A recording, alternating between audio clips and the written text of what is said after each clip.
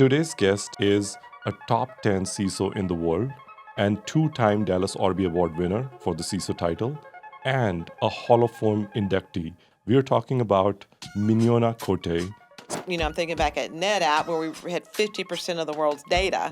How do you protect that? 1,088 trackers were blocked by Yeah. Safari. And that's the fact that scares me, that there was 1,088 things trying to track me that were blocked. We keep hearing shift left, shift left. I call it shift anywhere. First thing when somebody wakes up to make a purchase decision is not that, let's see a demo and a presentation slide today. Nobody wakes up saying that. How does a chief information security officer really decides which partner is right and which partner is not right? Is there sort of a playbook that you used to have in your mind in making that kind of decisions? Yeah, accessibility.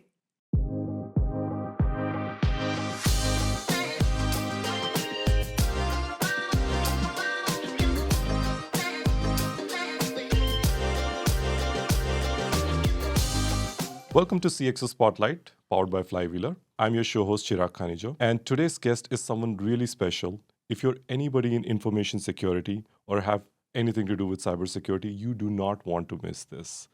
Today's guest is a top 10 CISO in the world and two-time Dallas ORBIE Award winner for the CISO title and a Hall of Fame inductee into the Chief Information Security Officer. We are talking about Mignona Coté, and she has 3 decades of experience with AWS, PepsiCo, Bank of America, Aetna, you name the industry, and she has secured it. Welcome, Mignona. Welcome to the show. Well, thank you, Chirag. I am so glad to be here. And wow, I didn't know I was that good. Sound Well- better than what I feel. We are super grateful to you to accept this, and I think I'm really looking forward to this conversation because it's so relevant in today's time. But first things first, congratulations on your recent Dallas ORBIE Award win. I think it's really special, 3 decades of experience. And first question is on that what does it feel after 3 decades of work in the security space across all industries and then to be recognized by your industry? I feel like I'm just getting started.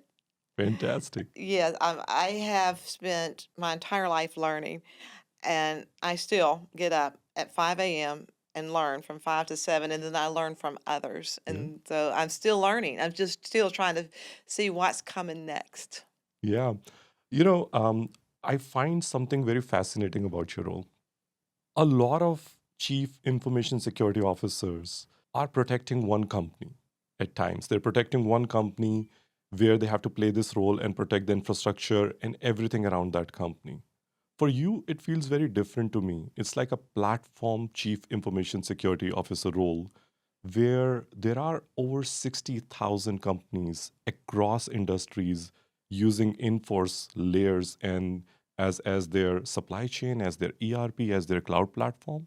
That's very different. And how does that change how you look at the protection and the security? Well, I'm just going to think my entire career has been supporting customers as well as protecting an environment. If you go back to Bank of America, I was head of security across all the consumer organization, which was large, 200,000 people.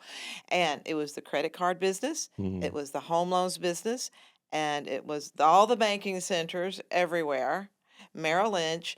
And what was unique about it was all during the financial crisis. Wow. Yeah. And so go back farther. I was at GTE, which became Verizon, and we're protecting the public infrastructure on how communications happen, including the growth, explosive growth of the internet. So I was right there in the middle of it. Now, here we are, another big explosion, and I'm right here in the middle of it. Yeah.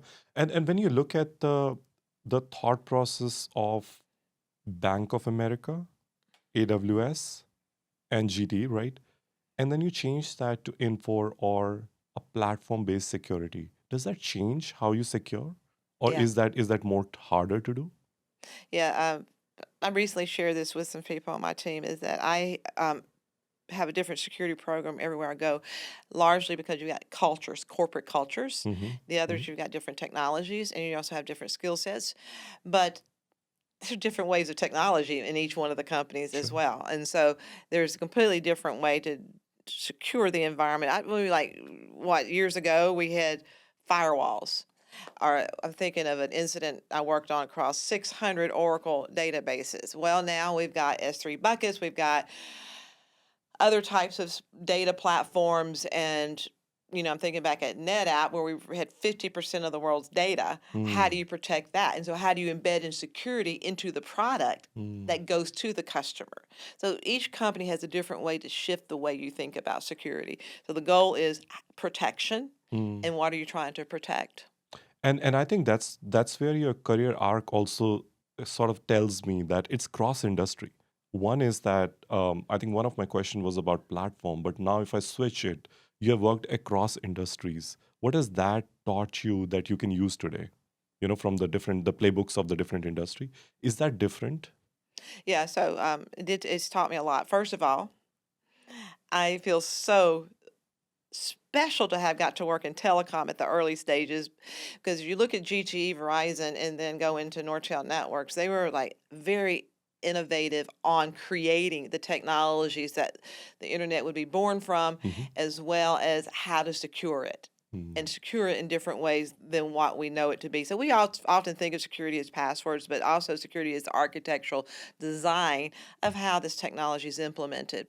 So thinking about the different shifts, you do take valuable lessons on how it was done, how to adapt that into a different environment. Mm. And I want to say banking was the tightest secured environment, Mhm, mhm, and that was because of the heavy regulations. And if you look at Bank of America, I love these statistics. Bank of America at that time was in every other household. So the government depended on economic trend data from mm. the bank. And when we talk about AI today at Bank of America, we that was when we built our data lakes, merging credit card data and banking center data and being able to see Wow. how consumers make purchases. Mm. So I've always been tied to the economic value of the data that we've got, Mhm. in addition to the way we're controlling security. And I think that's what's made me successful, is always interested in that economic value. And the business side of it, because Yes. security has a backward and forward impact on the business side of it, right? Mhm. So fast forward to now, how does your day in the life differs? So my day now has changed tremendously. I have started working with the startup movement, Hmm. and with the startup movement advising companies as they go into the security field.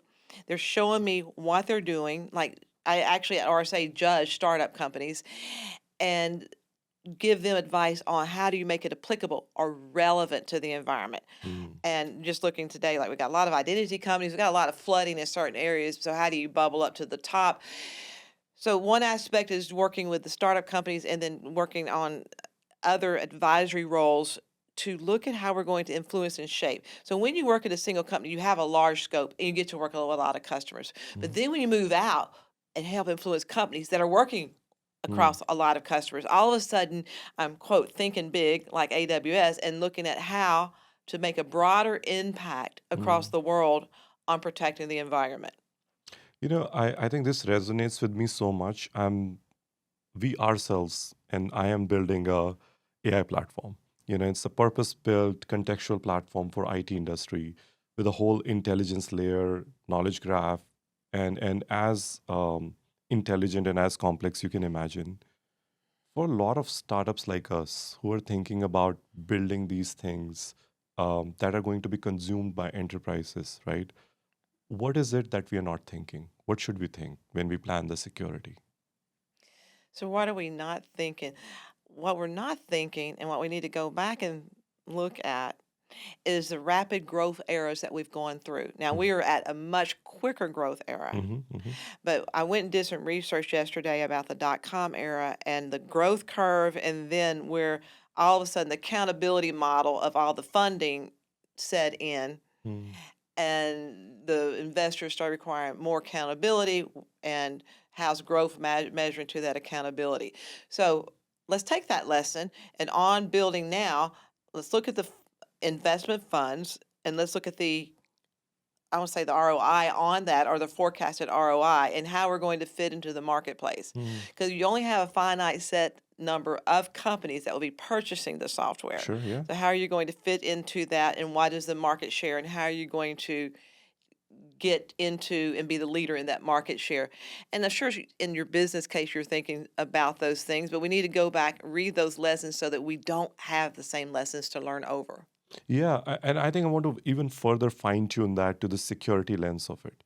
Think of it this way that um, as a as a startup founder, as a builder of enterprise consumption platform, something that will be used by big enterprises, right? I am having them come to my platform, use my intelligence layer, and say, "Hey, drop your content here and get new content. Every day there is a new content, new things being created. These are assets which has brand data in it, which needs to be protected, right? Um, how should modern day companies that you advise think about building a security layer that protects enterprises? And so I think you should auto protect. Hmm. So what we've seen in the past is we enable the person to set their own configurations on how they want to protect the environment. Mhm. So you give an example when you deploy a database, you can turn on, is it publicly accessible or not? Why don't make it not accessible and you have to turn it on to be accessible. So when you're building out your new platforms or your new environments, have it already secured. Hmm. It comes default secured, and it has to be intentional on anything that would open up the security, and on intentional even have kind of like when you have that thing, you go into an unhealthy website or whatever, have it that way. So reverse the thought process Hmm. with it tightly secured and then opening it up with the person acknowledging it, creating accountability, and then have self checks continuously running to monitor the environment. Uh, the MacBook does that. It tells you how many sites, on Safari, how many sites have tried to, or how many unhealthy pings or scans you've had against your environment. Just make it automatic. Yeah, 1,088 trackers were blocked by Yeah. Safari. And that's the fact that scares me, that there was a 1,088 things trying to track me that were blocked. So agreed. And how about, do you think the market has the ready tools and the right tools right now to be able to do that auto protect, like you said? We do have the right tools. We've got to deploy the right tools correctly. Hmm.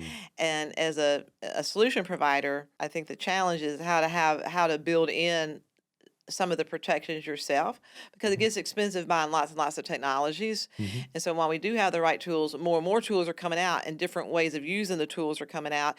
And even on the different technologies that are coming out, easier ways to use that technology. So what happens is, as a practitioner, we get in the cycle of continually implementing technology as opposed to having matured cycles of the technology in Hmm. use of where you get the true value. Hmm. Just Interesting. build it in. And let's think about these, a lot of SaaS security platforms that are out there, or the SaaS platforms that generally people are using now. Right? It's very ubiquitous. You can't say that on-prem or SaaS. Now it's just permeable boundaries, right? And when SaaS comes, there's this stat that I read recently, which was that 88% of security breaches could be traced back to human errors, right? And there was another one which was that 63% of employees inadvertently are sharing the data. They don't know that is the company data. My question is, when we start using SaaS, where does the responsibility model sit? Like, whose job is to protect? Is it the enterprise job to protect what? And where does it start becoming the SaaS provider's job to protect? So the SaaS provider is accountable to make sure the product is delivered and what they run, the Hmm. underlying databases and all of that are protected. Mm-hmm. The application layer, the person who's the purchaser of that, who has control over the settings, because remember, the provider doesn't even see the customer's data. Yes. So who's in control of the settings are accountable. So their security also is, I mean, this going back to, segregation of duties or authorization levels for transactional processes. They're going to be the ones to know what security needs to be in place. Hmm. Okay. All right. That reminds me a very interesting thing about you. I was seeing one of your conversation with AWS and CrowdStrike, and you mentioned a word that never comes up in security discussions ever, Oh no. which was empathy. And I was so happy and pleasantly surprised. Can you share a little bit about how you shared empathy as a security strategy in that discussion? Do you remember that? Can you recall Yeah, that and share back some of that? Because I yeah, love that point and the placement of that word when it comes to security. yeah. So there's a couple reasons why. Started off my career as an auditor, and no one likes auditors at all. I um, I think my greatest gift has been having a natural curiosity to learn and having a Southern accent, which softens me. Yeah. And so people would gravitate towards wanting to talk to me and help me. And so I've used that to my advantage and learn. What I learned over time is not to have the answers. If you have the answers, then you don't learn. Mm, And also, you're not giving the other person the opportunity to share their magic. And that's where the empathy comes from, understanding what they go through on a daily basis. So let's look at a developer. mm, We were really hard on developers. Time to market, time to market. You got to get code out really, really quick. So we take someone early career and tell them how to get something out really, really quick. mm, Their goal is to get it out because they want to get paid. absolutely. Now, security comes into play, and we after the fact, we got to go scan and do all these other things, and you got to go back and redo some of your code. Well, that's not very empathetic at Mm, all. Instead, let's work together and say why it would be more valuable to you to know when to fix this. mm, It's kind of like me using Grammarly. I'd rather know about words misspelled right when it underlines it, as opposed to having a document I'm getting ready to turn in and I've got all these errors. So mm. it shows respect. It helps the person feel relevant, and you learn and become more valuable because you have fostered the empathy from learning from these people, and then they become part of the solution instead of me being the check mark person that's bothering them. Wow. I don't know if a lot of companies are thinking and on to the way you explained it, because the way I got it is with your Grammarly example, is that the feedback loop and the check and the value of security or anything else is so embedded and so current that you're getting the feedback loop right away, and there's a respect for your work that you're doing. Right? It's not that somebody's going to evaluate later. You're right away getting the feedback on that, and it's augmentative rather than prohibitive. Right? So that's fantastic. Yeah. Yeah, and we keep hearing shift left, shift left. I call it shift anywhere because you're going to shift left, but at the end of the day, you still want to have a check just to make sure it stayed clean. Yeah, right, right. Let's talk about something that no conversation is ever complete about nowadays, which is AI. Um, AI has compounded almost everything in terms of speed, in terms of risk, and everything. And a little bit back, I shared that stat of 88% of errors can be traced back to humans, right? Now humans have AI. Has that increased the surface area or the threat vector multifold? Or how do you see that problem? So, first of all, our attack surface is growing incredibly fast Hmm. because of AI, Hmm. but also because of AI, we can check it incredibly fast. Mm. So, we've got to look at the potential of what we can do with AI to protect the environment and keep our eyes open. And you keep hearing about this human in the middle or human in the loop.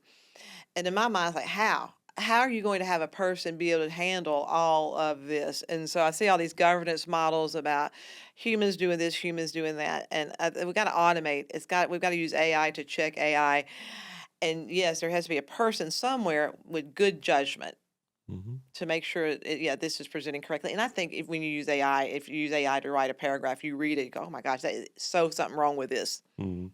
So I think you question the human in the loop a little bit with the scale that is coming, right? So and you said about governance model, which is sort of the favorite thing I hear in CISO conversations, governance model, because they're being asked to give that back to the CIO's organization, right? Do you have a preferred governance model that you could describe? I actually was looking this morning at a org chart for a governance model on one of our security sites. Uh, so one of the things about governance models when you hear the conversations around them, they fail to talk about the content of the governance model. Mm, So I do think within the governance model, you've got to have define your accountability partners, who's going to be accountable, and what's going to be their control framework for accountability, and then measuring the accountability, and what's going to be the common way to measure, let's say, security of Mm-hmm, AI. mm-hmm. So right now that's not defined. Yeah. The other thing is, where is your AI? What's the inventory, and what AI mechanisms or what AI technologies are you going to use? And then how are you going to make sure that it's used correctly? So I'm Mm. trying to being cautious. I'm erasing certain words because you Yeah. hear safe AI or you, all these other things, because I don't want to use words that we get into this large debate of what the words mean. Mm. So I'll try to always gravitate away from industry standard vocabulary words Mm-hmm, mm-hmm. and go something more basic. So we want to know where our AI agents are. Okay. What is the type of AI that we're using? Mm-hmm. How do we detect something that is outside those realms? Mm. Mm-hmm. Mm-hmm. And then how do we make sure the data is protected, the data that the AI is going to use, and then the data that comes, the outcomes from that data. Mm-hmm. So it's some of it's basic, and then I think the big thing that just is around identity. A lot of it, you know, is an agent a person, or is it a piece of code, or how are we going to create the identity program around it? So you've got to make those decisions up front, but you've got to be so flexible because it's going to change. So the governance model is very flexible. It's like a Lego block now, right? Yeah, and when I was I think it was even at GT, we used to call them evergreen. Ah, So okay. back then, so it's not like it's a new concept of things changing. Mm-hmm, mm-hmm. We've got new people with things changing that didn't grow up in the same different iterations of technological growth. Mm. What's so different about this AI and security inflection point that you see? Is there any difference than what it was before? Yeah, it's Is scale bigger. the Yeah, difference? yeah. So it's bigger. Mm. Have more unknowns, Mm. and the unknowns are hitting quickly. So, for example, I'm just going to think back when I worked on SQL Slammer at Nortel Networks.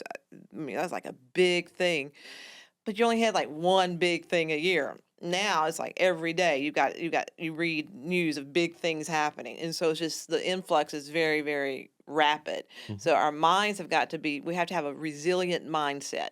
Mm. This having a standard stoic way of looking at something is no longer applicable. Mm. Now I want to know a little bit about the insider track. Like I think you're on the CISO Ascent Board, and you also advise a lot of security startups and cloud startups and different kind of startups.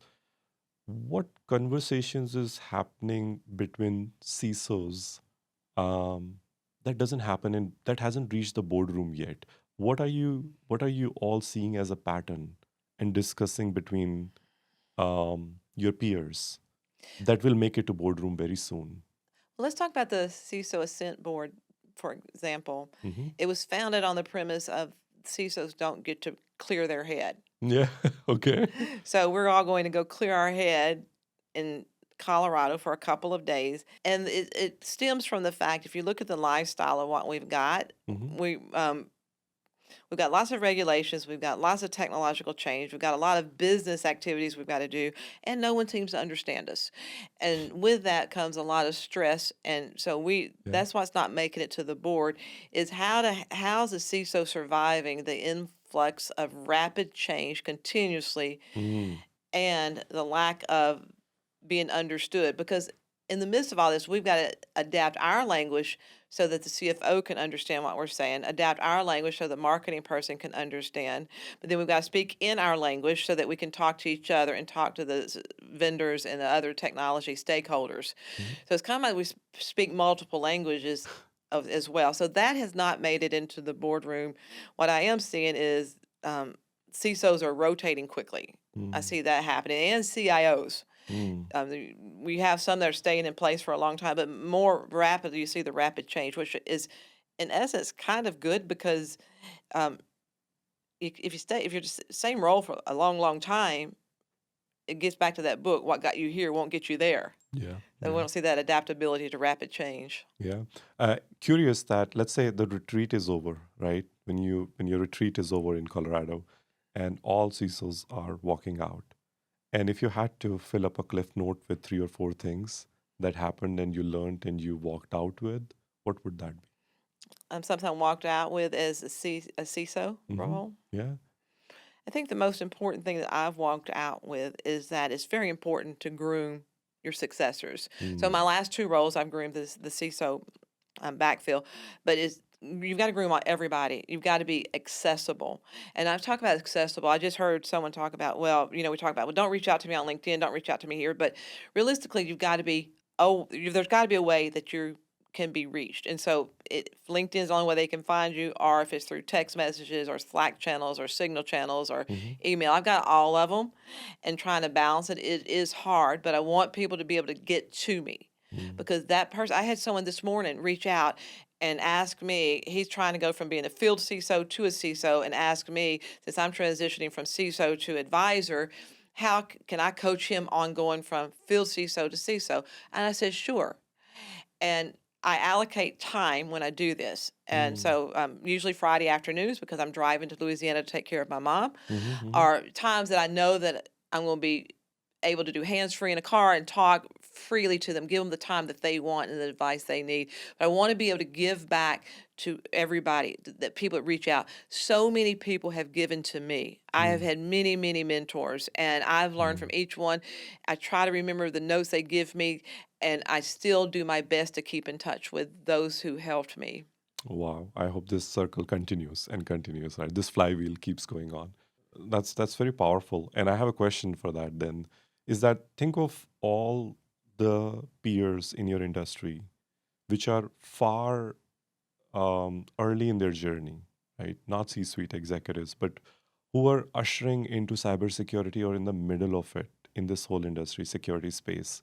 The space is changing so fast. Everybody thinks that will my skill be relevant in 1 year, 2 year? And they would love to hear from someone like you who sees the patterns and has systems thinking and has spent and has seen different phases come and go, right? What would you advise them and help them with? I advise them not to stay in one role too long. Uh, Not to stay in one role too long. Yes. don't because you want to be adaptable. So let's talk about the security role. So security role, they say, yeah, you can go in through many areas. Like you can go in through security awareness, you can go into vulnerability management or incident response, or many of those avenues. Rotate through those. I'm not saying stay there, but rotate through them. So you could develop the empathy, but more importantly, you can develop the skills you need. So Mm, as a security analyst, you learn an investigative skill. I learned the investigative skill early on mm, by working for the city of Shreveport mm, and in an audit role. And also learn to talk to leaders and not be intimidated by them. So good news, City of Shreveport, I worked for the general auditor for the City of Shreveport, and I got to go into the mayor's office and talk to the mayor. That was our CEO, and getting to talk to her, and I was just in my early 20s.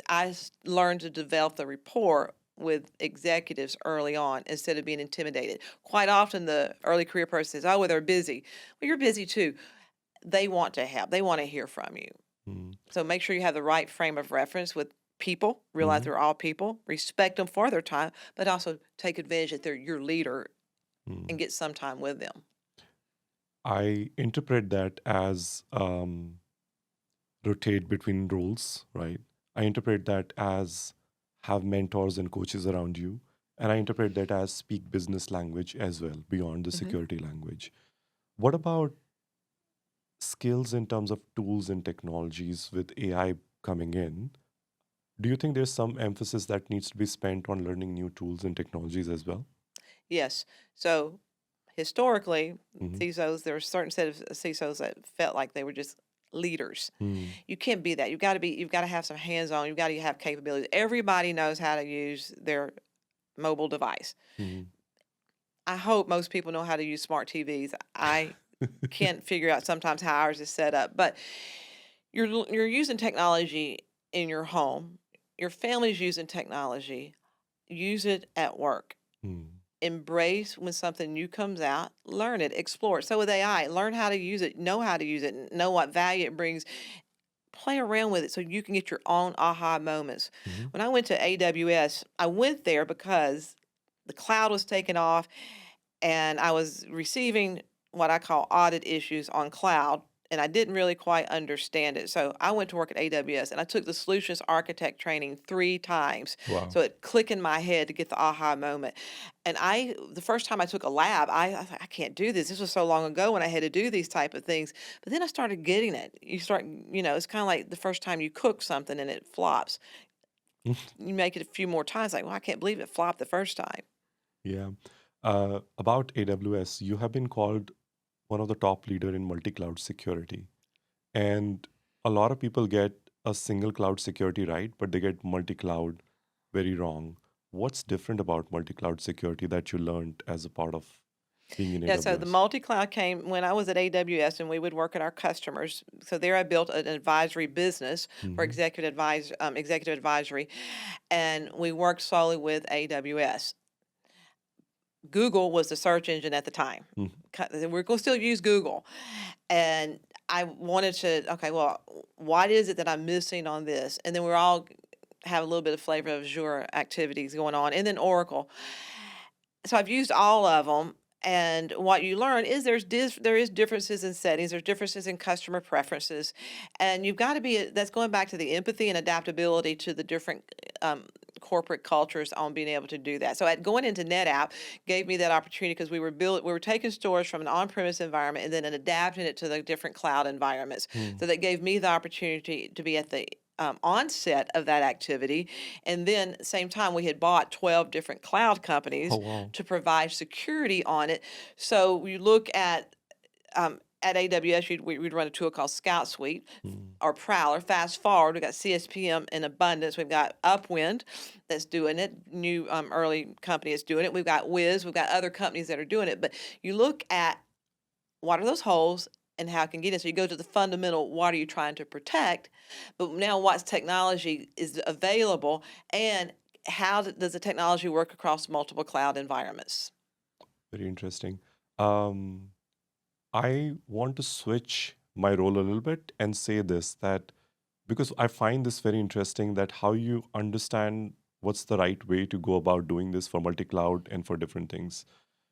Imagine me being a CIO and a decision maker on deciding different cloud platforms or startups or all the things that I'm trying to buy.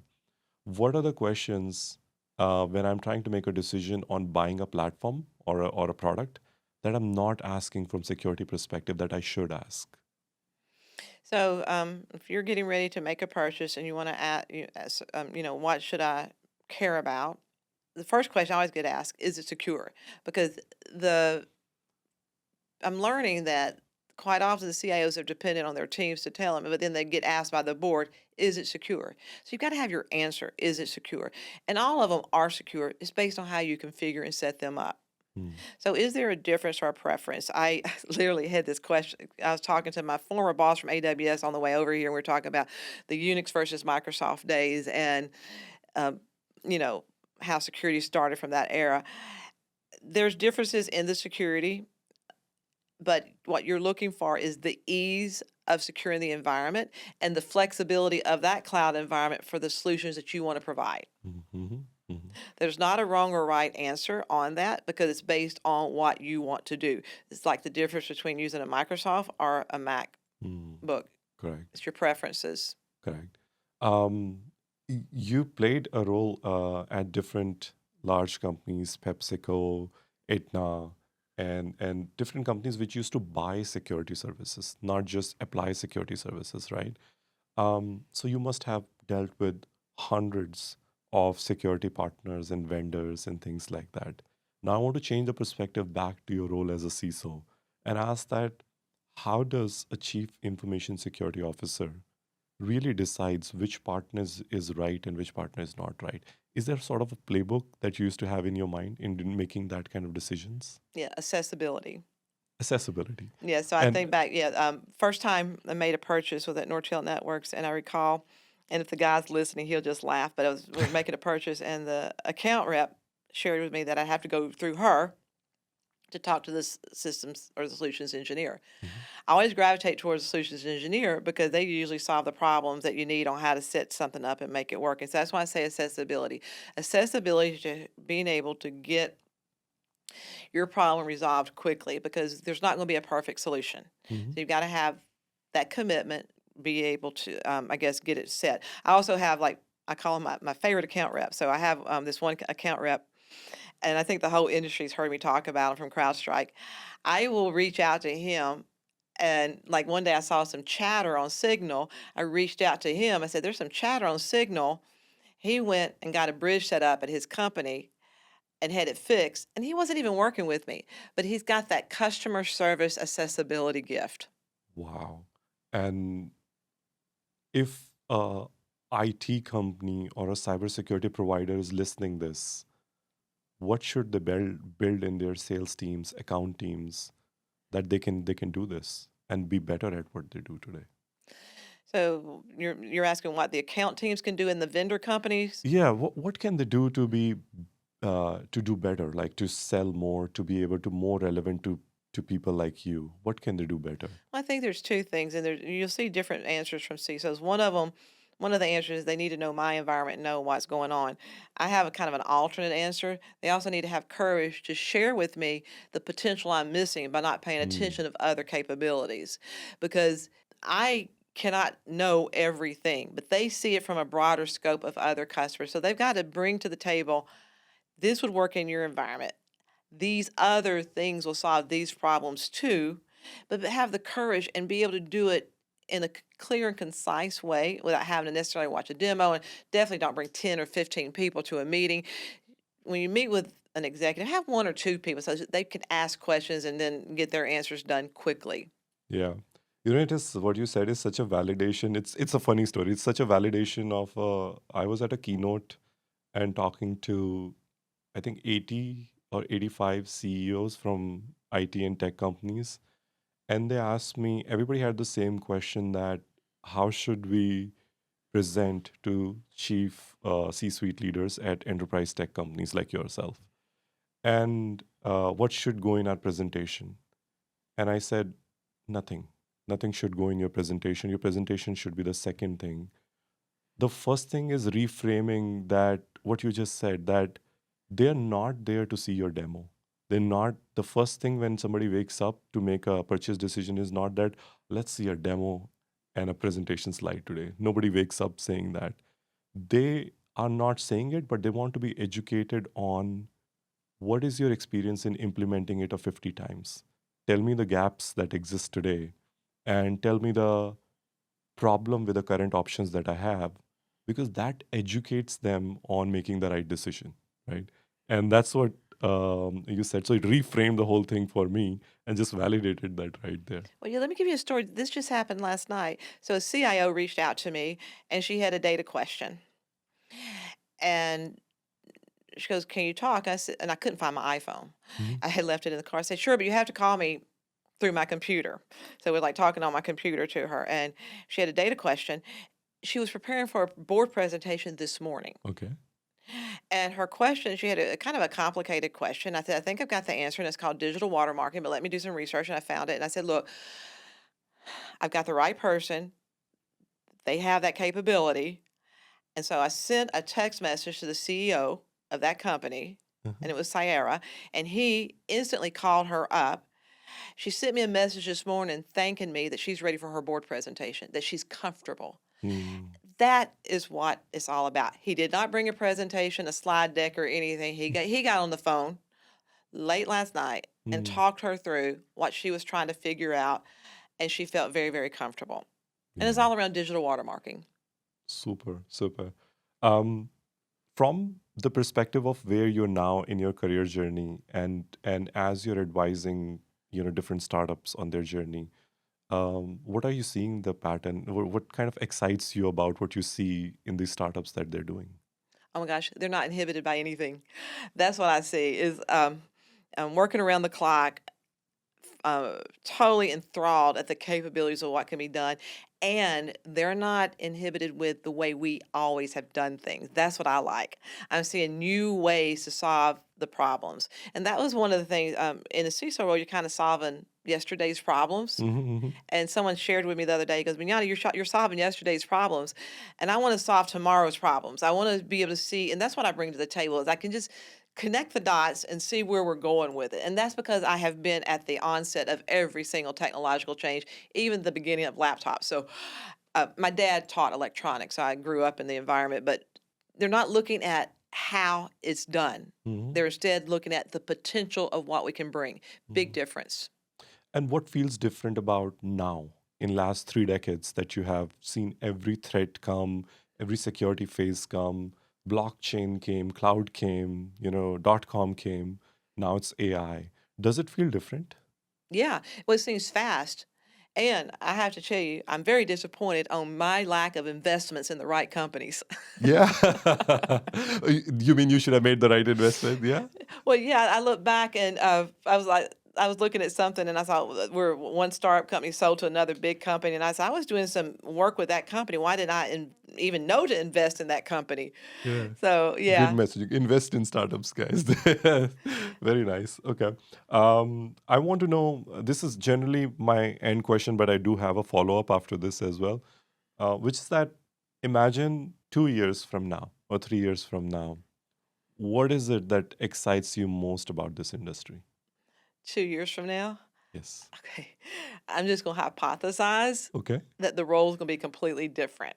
That I Sure. do not have to do all this stuff because we have AI doing it for us. And Mm-hmm. instead, we become thought leaders of what happens next. And so, what happens next would be in the forms of newer technologies, as opposed to continuously worried about, if Iran's going to attack us, Russia's going to attack us, or if someone inside is going to steal, some social security numbers. Very interesting.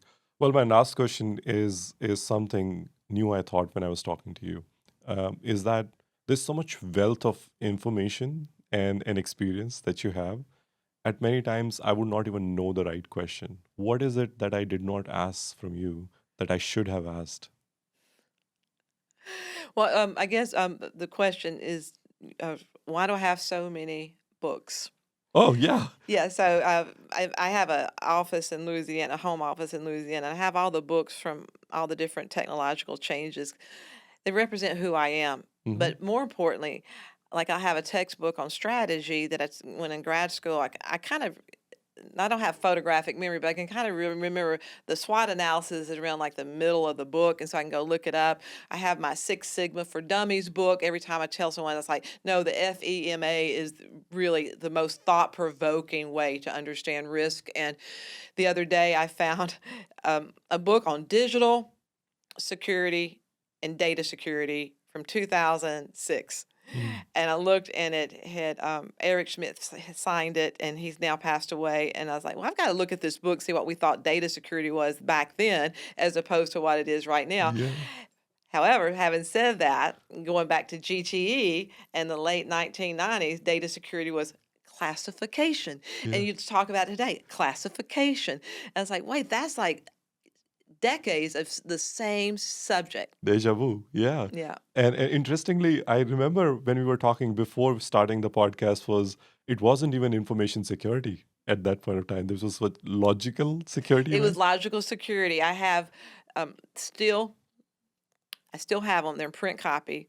It's called GTED, the data center, GT data center, and there is. It's just like that computer paper on how to set up logical security.